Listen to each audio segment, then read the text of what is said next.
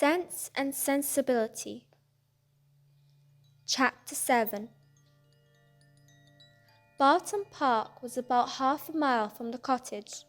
The ladies had passed near it in their way along the valley, but it was screened from their view at home by the projection of a hill. The house was large and handsome. The Middletons lived in a style of equal hospitality and elegance. The former was for Sir John's gratification, the latter for that of his lady.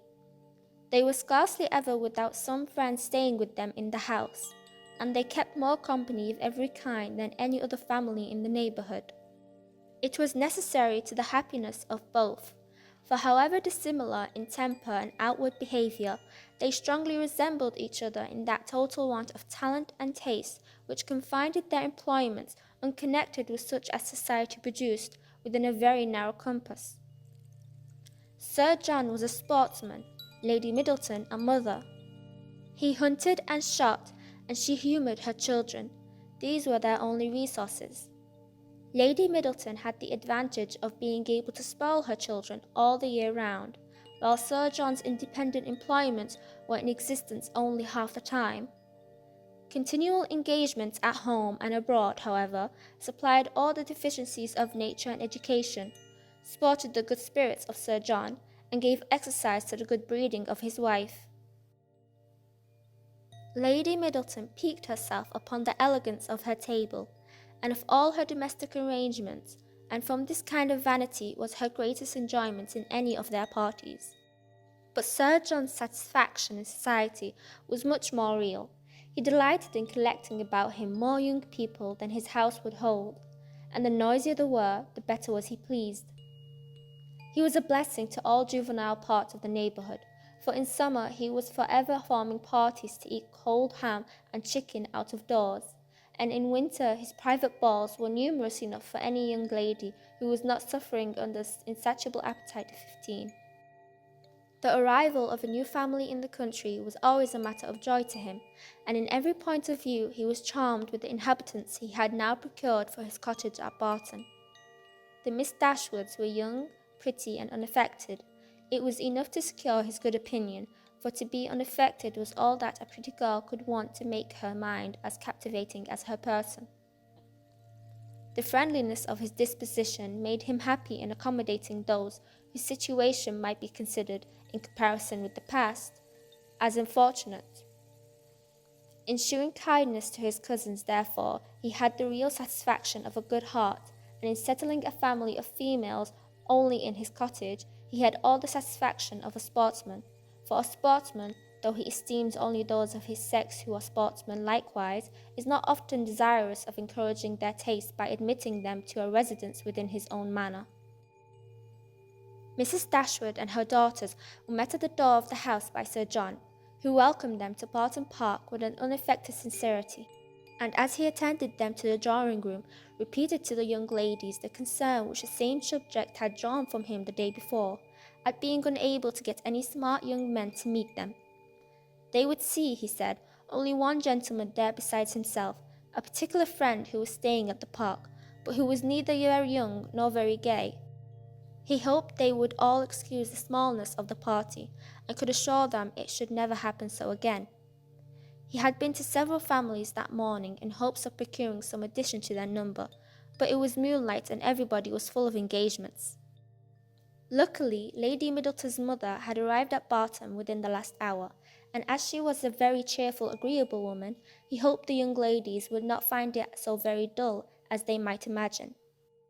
The young ladies, as well as their mother, were perfectly satisfied with having two entire strangers of the party, and wished for no more.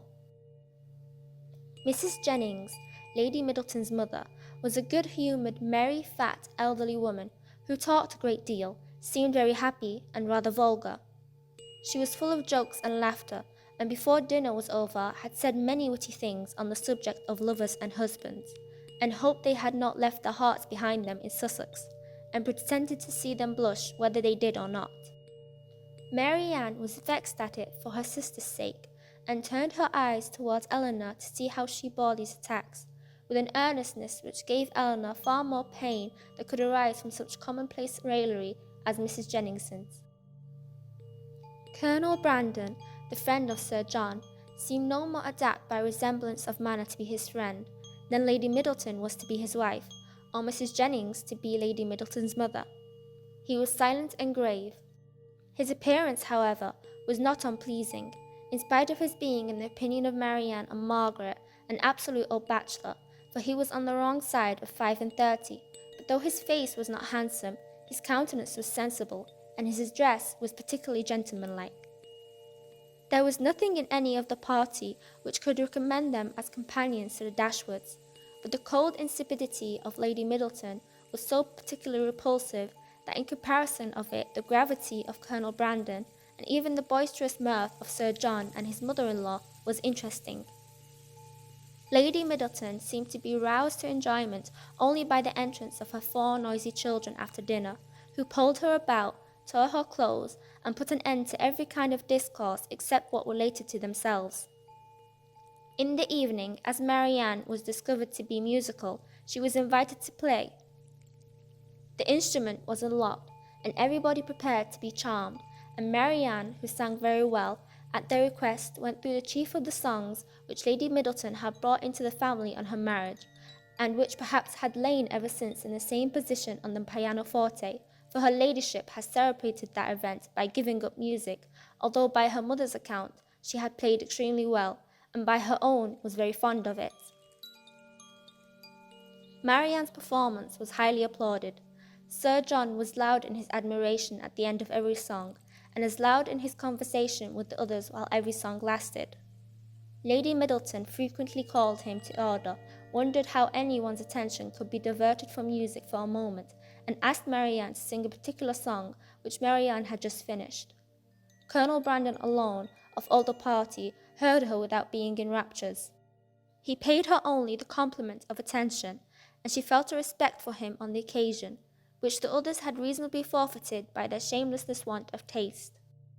His pleasure in music, though it amounted not to that aesthetic delight which alone could sympathize with her own, was estimable when contrasted against the horrible insensibilities of the other, and she was reasonable enough to allow that a man of 35 might well have outlived all acuteness of feelings and every exquisite power of enjoyment.